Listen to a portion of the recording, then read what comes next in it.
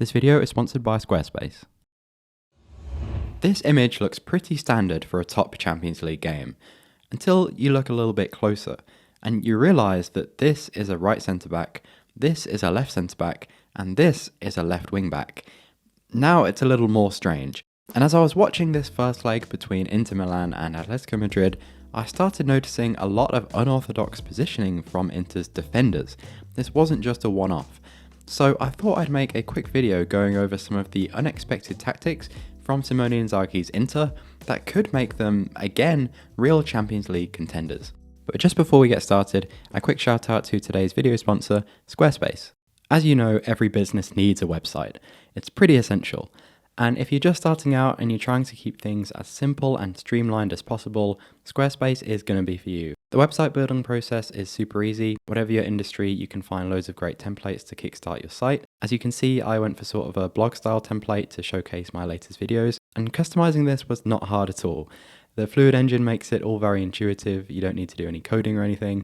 I obviously don't have any products to sell, but if you do, it's just a couple more clicks to add whatever it is you're selling. Set up payment options, and you're in business, literally. As an all-in-one platform, it's really user-friendly and caters to those who aren't tech-savvy. So do check out squarespace.com for a free trial. And if you're ready, you can go to squarespace.com/thepurestfootball for 10% off your first website or domain. The first thing to say about Inter is this is a very flexible team offensively and defensively. Against Atletico, we saw them look very comfortable, whether they were pressing, sitting in a mid-block, or defending their penalty area.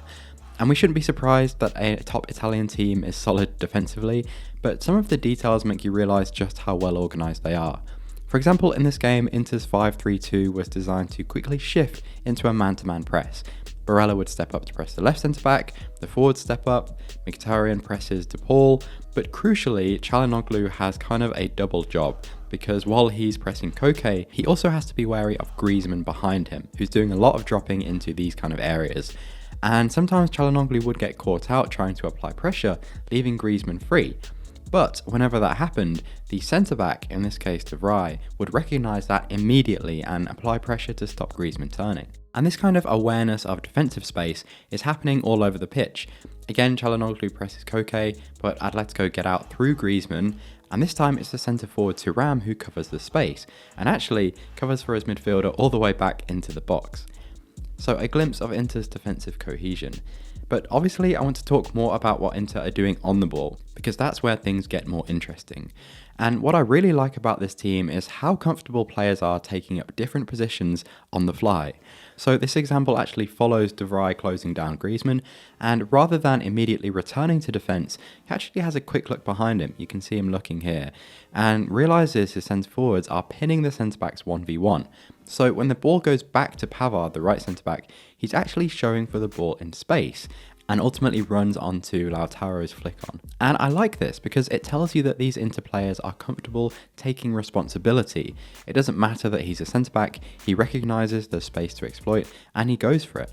And it turns out centre-backs running forward is a major theme within this team, because Inter use these unorthodox rotations to create space in the final third. So here is an example of what we saw at the beginning. Inter's midfielders are all relatively deep, Çalhanoğlu on the ball, Barella and Mkhitaryan are marked centrally, but that of course leaves a load of space over here, and in order to access that, Dimarco makes a run inside from his left wing-back position, dragging Molina across, and Bastoni, the left centre-back, pushes all the way up to a left wing position to exploit that space. A fun detail here is that Griezmann is meant to be stopping these Çalhanoğlu passes, but he realises he hasn't got there in time, and before Çalhanoğlu even looks up to play the pass, Griezmann is signalling to his defenders to track the run.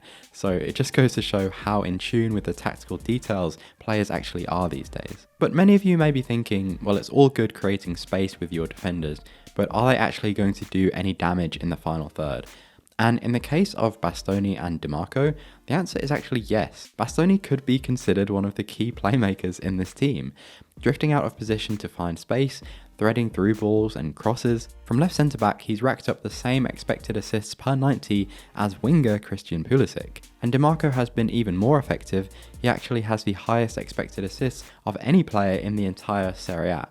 So in this Inter system, having the midfielders rotate deeper and the quote-unquote defenders exploiting the space has been effective. Compared to other defenders, these two take far more responsibility for direct chance creation.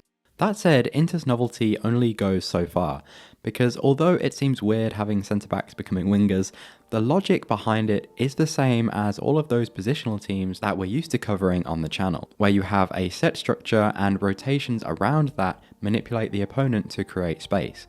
For example, that DiMarco Bastoni rotation we are very used to seeing, only from an interior and a winger rather than a wing-back and a centre-back. When Pavard runs into the right half space, or on the other side, Bastoni runs into the left half space, it's not really any different from when we see inverted fullbacks doing the same thing. They're consciously doing it to open up a passing lane into a winger. And so even when we have players in positions like this, the overall structure is very familiar, with 5 players occupying the 5 vertical channels. That said, doing things this way does allow Inter's midfielders to drop deeper and see more of the ball. Because so much of the modern game is about trying to pick apart compact blocks, when you use your creative midfielders in more advanced areas, to pin defenders, to drag fullbacks, they end up seeing less of the ball than your centre-backs and deep midfielders. So sort of reversing those roles to a degree is quite interesting. But honestly, I think more so than any novelty, what makes Inter really dangerous this year is their sheer flexibility. I only briefly touched on it, but just in terms of data, in Serie A, Inter have the longest possessions, but also the most direct attacks, the most goals from high turnovers, and the second highest XG from set pieces. And against Atletico, Inter didn't create loads from settled possession, but were very dangerous in transition. And when you add their defensive solidity across all phases, they're going to be a nightmare for anybody to play against. So I'm going to leave it there for today. I said it would be short and sweet. If you want me to do a full-length deep dive into Inzaghi's Inter, do let me know.